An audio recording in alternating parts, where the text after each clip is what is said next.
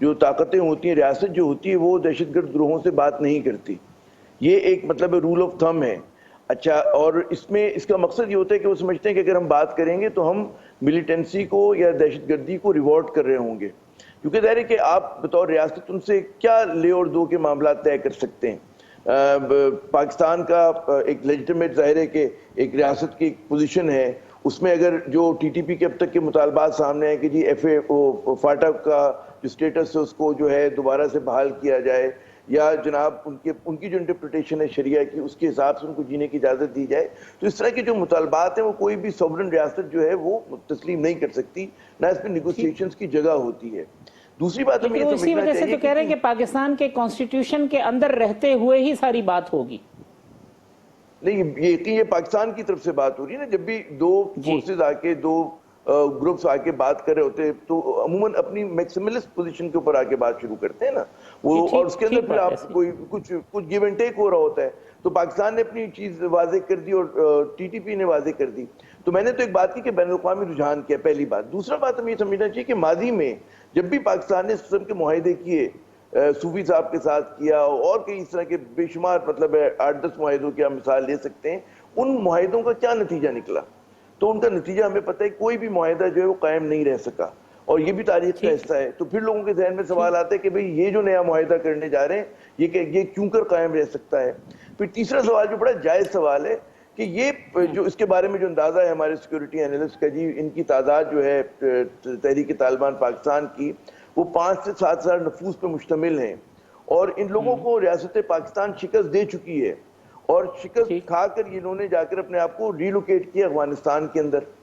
ٹھیک ہے نا. اب جناب اب کیا ہم پہ ایسا دباؤ ہے کہ ہم سمجھتے ہیں کہ جی ہم ان سے بات کریں؟ مطلب جب سی آئی اے کے اور را کے بہترین دن تھے اور وہاں پر افغانستان میں جو تھی ایک ہاسٹائل گورنمنٹ تھی، اس وقت مطلب ہے پاکستان نے شکست دی ہے. تو اگر یہ خدشہ ہے کہ جی کوئی دوسری ایجنسی کو استعمال نہ کر لے کسی مطلب دشمن ملک کی، تو اب تو میرے خیال میں آپریٹ کرنا ان کے لیے اور مشکل ہو گیا جب وہ اپنے اچھے دنوں میں نہیں کر سکے. تب بھی سمجھ میں نہیں آتا کہ ریاست پہ ایسا کیا دباؤ ہے کہ ریاست جو ان سے بات کرنے کے لیے جا رہی ہے. بات یہ ہوتی ہے کہ اچھا پھر ایک اور سوال آتے ہیں، کیا یہ ایک بہت ہی مونولتھ قسم کا کیا کمانڈ اسٹرکچر ہے ٹی ٹی پی کا؟ اس میں مختلف ظاہر کے ٹرائبز ہیں، مختلف گروپس ہیں، مختلف انڈیویجولز ہیں. تو ان میں مطلب ہے کیا ایک سینٹرلائز کمانڈ سے آپ بات کر رہے ہیں؟ کیا وہ اگر بات چیت ہو جاتی تو باقی لوگ اس کو تسلیم کریں گے نہیں کریں گے؟ تو بہت سارے سوالات اور خدشات ہیں. ہمیشہ ریاست ذرا سا بھی جب گیون کرتی ہے اس طرح کے گروپس کے سامنے تو اس کا نتیجہ عموماً اچھا نہیں ہوتا، اور وہ حوصلہ افزائی کرتے اس طرح کے دیگر گروپس کو کہ وہ مطلب بندوق لے کر آئیں اور ریاست کو اپنے ساتھ بات چیت پہ وہ مجبور کریں. تو جبکہ پاکستان کا تجربہ آپ حافظ طارق صاحب مجھ سے بہتر جانتے ہیں کہ اس معاملے میں اچھا رہا. ہم لوگوں نے پاکستان نے قربانیاں دے کر مطلب ہے اب ان کے پاس کوئی سینٹر نہیں رہا ہے کہ آپریٹ کر سکے پاکستان کے کسی بھی حصے سے. تو پھر ایسی کیا مجبوری ہے؟ تو میرے خیال میں جی تو خدشات زیادہ ہیں ہمارے نزدیک اس پورے ایکسرسائز کے متعلق، اور امیدیں کم ہیں. جی تو جو دوسری participation of P T I, اس پہ آپ کا کیا کامنٹ ہے؟ کیا مناسب ہوتا کہ وہ بھی شامل ہوتے، چاہے اپنا ان کا پوائنٹ آف ویو ہوتا، کوئی بھی پوائنٹ آف ویو ہوتا؟ بالکل میرے خیال میں پی ٹی آئی کو اگر شامل ہوتا ہے، جو بھی گروپس ہیں، جو بھی پارلیمنٹ میں فورسز ہیں، ان کو شامل ہونا چاہیے تھا. لیکن ایک اور سوال ہے کہ پارلیمنٹ کے اوور سائٹ پہ بھی ایک سوال ہے، کیا یہ ہو رہا ہے کہ پارلیمنٹ گائیڈ کر رہی ہے لوگوں کو، مطلب جو بھی نیگوشیٹ کر رہے ہیں on behalf of the Pakistani state, یا جو نیگوشیٹر ہیں وہ گائیڈ کر رہے ہیں پارلیمنٹ کو؟ یہ بڑا فرق ہوتا ہے. مطلب ابھی ہمیں نہیں پتا کہ کون کس کو گائیڈ کر رہا ہے اور کس کے ہاتھ میں جو ہے فیصلے کی طاقت ہے. عموماً اس طرح کے کھیلوں میں جو ہوتا ہے کہ جو انٹیلیجنس ایجنسیز ہوتی ہیں وہ جو ہے مذاکرات کر رہی ہوتی ہیں، اور انٹیلیجنس کے ظاہر ہے کہ اپنے ان کے وہ ہوتے ہیں، ضرورتیں ہوتی ہیں ان کے اپنی، مطلب تو انہوں نے دینا ہے. امرزا صاحب آپ کو کہتے ہیں انپٹ تو ہماری ہوگی مگر ڈیسیجن ان کا ہوگا. امبر شمسی صاحبہ، نمبر 1 کی تو کنٹینیوٹی ہے، کیونکہ کوئی ایسی چیز نہیں ہے کہ ان 2-3 ماہ کے اندر اس حکومت نے آ کے کوئی نئی چیز ہو. یہ تو کنٹینیوٹی ہے، پی ٹی آئی کی گورنمنٹ میں جو چیز ہو رہی تھی اسی کی کنٹینیوٹی ہے. اور دوسری بات یہ کہ جو خدشات ہیں وہ اپنی جگہ موجود ہیں، لیکن کیا خدشات کی وجہ سے مذاکرات نہیں ہونے چاہیے؟ اور جو عامر صاحب کے کنسرن ہے کہ جو اختیار ہے فیصلہ سازی کا وہ کس کے پاس ہے؟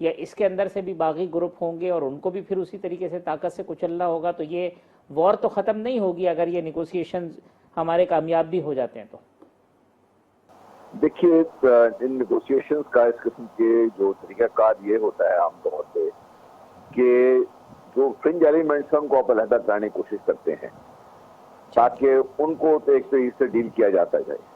جو ہارڈ کور ایلیمنٹس ہیں ان میں سے جو مخالفین ہیں وہ بھی واضح سامنے آ جائیں گے, اور جو ہارڈ کور ایلیمنٹس ہیں جن کے اوپر میں نے پہلی بحث کی تھی کہ بہت سنگین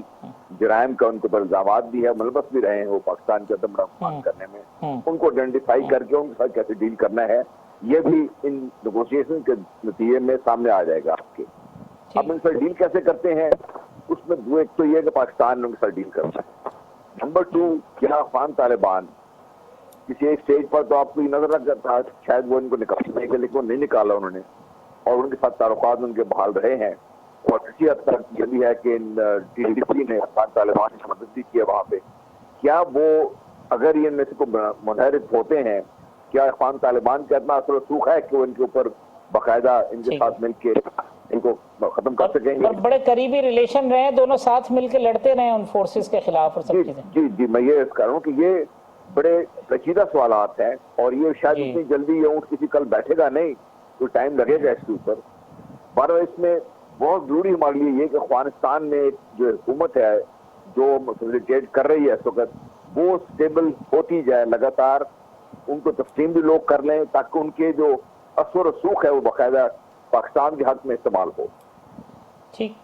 تو عامر رضا صاحب ایک تو ریاست کی پالیسی کی آپ نے بات کی, تو ریاست کی تو پھر پالیسی مذاکرات ہیں, کیونکہ یہ مذاکرات کا عمل تو طویل عرصے سے چل رہا ہے. جب طالبان نے ٹیک اوور کیا اس سے پہلے سے, اس کے فوراً بعد سے یہ چیزیں تو اسی طریقے سے ہو رہی ہیں. تو اب کی حکومت ہے وہ مذاکرات کرے تو اس پہ کاؤنٹر آرگومنٹ یہ دیا جائے کہ یہ چونکہ امریکن سپورٹڈ حکومت ہے اور یہ امپورٹڈ حکومت ہے, لہٰذا اب جو کچھ ہو رہا ہے وہ امریکن ایجنڈے کے اوپر ہو رہا ہے. یہ نیریٹو بھی جو ہے وہ بلڈ کرنے کی کوشش کی جا رہی ہے, اس میں کتنا وزن ہے؟ دیکھیں یہ امریکن نیریٹو اور ہر چیز میں امریکہ کو گھسیٹ لینا جو ہے میرے خیال میں خود ایک سوالیہ نشان ہے. جو میں نے آپ سے بات کی تھی, میرا عرض یہ کرنا تھا کہ ریاستیں عموماً دہشت گرد گروپوں سے بات چیت نہیں کرتی, نہ انہیں کرنی چاہیے. اپیزمنٹ کبھی بھی پے نہیں کرتی ہے, ٹھیک ہے نا. تو اچھا اس میں یہ تحریک طالبان صاحب کے ساتھ آپ کے مذاکرات ہو رہے ہیں, ہم نے ماضی کا تجربہ دیکھا ہے کہ کبھی بھی آج تک کبھی بیل کو یہ منڈی نہیں چڑھی اور ایسا نہیں ہوا کہ اس کے نتیجے میں امن آ گیا. اور ہمیشہ کئی مرتبہ لوگ بڑا کہتے تھے کہ جی آپریشن, جب رحیل شریف صاحب کے زمانے میں آپریشن کرنے کی تیاریاں ہو رہی تھی اور ہماری سیاسی قیادت کے قدم لڑکھڑا رہے تھے, تو پھر ایک ڈیسائسو فیصلہ کیا گیا کہ جناب اپیزمنٹ کام نہیں کرے کہ ہمیں ان کو مطلب ہے جاکن پہ وہ کرنا ہے, ان سے ٹکرانا ہے, ان کو ختم کرنا ہے, اور پھر وہی پالیسی کی وجہ سے آپ کے ملک میں امن قائم ہوا. اب اس پہ ایک اور سوال آتا ہے کہ جی افغان طالبان کو آپ نے ثالث بنا لیا. عموماً دیکھیں ثالث وہ قوتیں بنتی ہیں کہ جو دونوں جن قوتوں کے درمیان مذاکرات ہو رہے ہیں ان سے بڑی قوت ہوتی ہے. اب افغان طالبان کو اگر پاکستان جو ہے وہ کہے کہ جی آپ ہم سے بڑے ہیں اور آپ جو ہے آ کے ہم مطلب بڑے بن کر ضمانت دیں, تو یہ خود ایک مذائقہ خیز سی بات ہے. یہ افغان طالبان نہیں کر سکتے, وہ گارنٹی نہیں دے سکتے. وہ شاید اس وجہ سے بھی کہ چونکہ ان کی سرزمین پہ بیٹھے ہیں ان کا اثر زیادہ ہوگا, اور ہم یہ چاہ رہے ہو کہ اگر وہ ان کی بات بھی نہ مانے تو کم از کم وہ وہاں پہ پھر بزور طاقت ان کو ڈسپلیس کریں وہاں سے. دیکھیں یہ جو آپٹکس کی بات ہوتی ہے نا کہ آپ پاکستان ایک نیوکلیئر پاور اپنے آپ کو کہتے ہیں, بے شک ہماری معیشت کی بہت بری حالت ہے, آپ کہتے ہیں جی بڑی مضبوط فوج ہے, اسٹیٹ ہے, ہمارے پاس اسٹرکچر ہے, اور اب افغانستان جو بڑا ریگ ٹیگ بیچارہ وہاں کی ہر چیز ہے, مشکل حالات کا شکار ہے. آپ اگر یہ صورتحال ہوگی کہ افغان طالبان اور وہ حقانی صاحب بیٹھ کر جو ہیں وہ ہم کے مذاکرات کرا رہے ہیں, تو خود سوالیہ نشان ہو جاتا ہے اس پورے پیس پروسیس کے اوپر. اچھا پھر مطلب ہے یہ نہیں کہ ہم حمایت نہیں کرتے, ہم سب چاہتے ہیں کہ جی ملک میں امن ہو, لیکن کس قیمت پر ہو اور اس کا نتیجہ کیا نکلے گا. عموماً یہ ہوتا ہے کہ اس کے نتیجے میں اس طرح کے جو گروہ ہوتے ہیں, شدت پسند گروہ جو ہوتے ہیں, ان میں مزید حوصلہ اور طاقت آتی ہے, اور وہ جناب مطلب ہے آپ کے اربن ایریاز میں بھی کچھ کر سکتے ہیں, کوئی بھی گروہ کھڑا ہو سکتا ہے. آپ نے لال مسجد کے دن بھول گئے, ہم وہاں پر بھی تو یہی ہوا تھا کہ کچھ لوگوں نے, ڈنڈا برداروں نے سوچا کہ جی ہم شریعت نافذ کریں گے, ڈنڈے لے کے نکل گئے تو اسلام آباد میں, ان کے بعد پھر اسلحہ بھی نکلا, پھر 2007 کا ہم نے دیکھا پورا آپریشن ہوا. تو یہ چیزیں کبھی بھی جو ہوتی ہیں, جو ابھی تک تجربہ رہا ہے, وہ اچھے نہیں ہوتی. الحمدللہ مسلمانوں کا ملک ہے، مطلب ہے ہم مطلب ہے عمل بھی کرتے ہیں، برا بھلا جیسا بھی کرتے ہیں، تو اس کے اوپر اس طرح کی شدت پسند عناصر کو آپ لے کر آئیں گے تو مزید پولرائزیشن بڑھے گی اس ملک میں۔ پہلے ہم لوگ بڑے مسائل کے شکار ہیں، تو آپ بار بار اسی تجربے کو دہرا رہے ہیں جو ماضی میں فیل ہو چکا، اور آپ اس مرتبہ کیا آپ کے پاس گارنٹی ہے کہ جی کامیاب ہوگا؟ افغان طالبان کو اتنے ہی پیارے تو اپنی نیشنلٹی دیں، سیٹل کر لیں، افغانستان میں سیٹل کر لیں ان لوگوں کو۔ لیکن پاکستان اگر کسی بھی قیمت پر، اب ہم نے کہہ دیا جی کانسٹیٹیوشن کے مطابق فلاں، اور ان کی ایک ہے جیسے بھی امبر نے بھی اس بات کو دہرایا کہ جی فاٹا کی اس کو آپ وہ کریں، ریووک کریں، تو جناب یہ تو ناقابل اس بات ہونی نہیں چاہیے، بات ہونی نہیں سکتی۔ لیکن وہی عامر جیسا آپ نے خود ہی کہا کہ جب آپ بات مذاکرات کی ٹیبل پہ بیٹھتے ہیں تو پھر آپ اپنی بالکل ہائی پوزیشن سے، ایکسٹریم پوزیشن سے شروع ہوتے ہیں۔ انہوں نے تو یہاں تک کہا کہ جی ہمیں دفتر کھولنے دیں دوحہ میں یا پھر پشاور میں، اور ایک سوال اور وہاں سے شروع ہوئی تھی۔ جی حافظ، ایک اور سوال ہے، وہ یہ بڑا اہم ہے کہ جی کرمنل ایلیمنٹ ہے جو اس میں، مطلب اس کو آپ کیا کریں گے؟ جس نے مطلب ہے گردنیں کاٹی ہیں، جس نے مطلب ہے بڑا ظلم کیا ہے، سویڈینز کے ساتھ ظلم کیا ہے، پاکستان فوج کے افسروں جوانوں کے ساتھ وہ تصادم ہے، کیا کس طرح آپ ان کو جو ہے بخش سکتے ہیں؟ کس طرح چھوڑ سکتے ہیں؟ چھوڑ کے اس کے کیا نتائج ہوں گے؟ آپ کو اے بی سی مطلب ایک بالکل ڈارک ہوگا، ایک بالکل بلیک ہوگا، ایک گرے ہوگا، ایک وائٹ، واٹ ایور۔ تو یہ سب چیزیں جو ہیں اس میں سوالیہ نشان بہت زیادہ ہیں۔ انہوں نے بندوق اٹھائی ہے ریاست پاکستان کے خلاف، تو میرے خیال میں اس پہ اتنا زیادہ مطلب اطمینان کا اظہار کرنا اور ہم سمجھے کہ یہی ایک راستہ ہے، میں نہیں سمجھتا۔ اور آخری بات یہ کہ جو اگر یہ ایک آرگیومنٹ دیا جا رہا ہے کہ جی ہاسٹائل ایجنسیز استعمال نہ کر سکے ان کو، میں پھر دہراؤں گا کہ جب اچھے دن تھے ان ایجنسیز کے، رو کے، جب مطلب ہے وہاں پہ ایک پرو ڈیلی حکومت تھی، اس وقت اگر وہ لوگ مطلب ہم نے شکست دی تو اب کیا ہمیں غم ہونا چاہیے؟ اور افغان طالبان کو بھی مطلب اس معاملے میں پاکستان کو سپورٹ کرنا چاہیے، کیونکہ ان کی economic life line, political life line Pakistan کے تھرو جاتی ہے۔ تو پاکستان کو میرے خیال میں کچھ جگہوں پہ ہم لوگ بہت زیادہ فلیکسیبل ہو گئے ہیں، ہر جگہ جھک جاتی ہماری ریاست، ہر جگہ جو ہے مطلب ہے کوئی نظریہ ضرورت ہم لوگ اپنا لیتے ہیں۔ عامر جیسا پوائنٹ آپ کا یہ کہ ہم ہمارے اس سے کمزوری زیادہ ظاہر ہو رہی ہے، اتنی مضبوط ریاست ہم پورٹرے کرتے ہیں جو چیزیں۔ ٹھیک ہے امبر صاحب، ایک مجھے اگر آپ شارٹلی کہتے ہیں کہ یہ ڈسکریمنیٹ کیسے کریں گے بٹوین ہارڈ کور کرمنلز کو اور بے گناہ لوگوں کو بھی، کیونکہ بہت سارے ایسے لوگ ہیں جن کے بارے میں کہتے ہیں کہ جی وہ بے گناہ تھے، وہ کسی نہ کسی شک کی بنیاد پہ یا اس پہ چلے گئے اور افغانستان میں رہ رہے اور وہ خام خواہ میں رگڑے جا رہے ہیں، حالانکہ وہ ہارڈ کور کرمنل ایلیمنٹ نہیں ہے۔ اب اس پہ ہم تفریق کیسے کریں گے؟ یہ سوال بہت اچھا ہے اور آپ کا، اور میں کہوں گی کہ اس وقت آپ شاید ہم بھول چکے ہیں کہ کچھ تو ذکر کیا عامر ضیاء صاحب نے بھی، لیکن ہم بھول چکے ہیں کہ کتنے پاکستانی مارے گئے تھے، کتنا دہشت گردی کی جو لہر پاکستان میں تھی وہ ہماری کس طرح سے ہر زندگی کا ہر حصہ جو ہے متاثر کر رہی تھی، کتنے ہم غمزدہ تھے، کتنے ہم ٹیریفائڈ تھے، اور کتنا غصہ بھی تھا۔ اور غصہ وہ بہت دیر سے مجھے لگتا ہے کہ وہ لوگوں میں آیا، جس کی وجہ سے آپ کو ایک دباؤ نظر آیا آپریشن کا بھی، اور بالآخر جو حکومت اور ریاستی انہوں نے آپریشن بھی کیا۔ میں کہوں گی کہ اس وقت جو پریزیڈینشل پارڈن کی بھی بات ہو رہی ہے 2 دہشت گردوں کی، اور میں ان کو دہشت گردی کہوں گی، اس کے حوالے سے مجھے بھی تشویش ہے اور پوری پاکستانی قوم کو بھی ہونی چاہیے۔ اسی لیے میں کہوں گی کہ بہت اچھی بات ہے کہ یہ جو نیگوسیشنز پہلے خفیہ زیادہ تھیں، اب کم سے کم ہمارے الیکٹڈ ریپرزینٹیوز کر رہے ہیں، اور میں سمجھتی ہوں، میں امید کرتی ہوں کہ جو نمائندگی ہو رہی ہے اور جو ہونی چاہیے وہ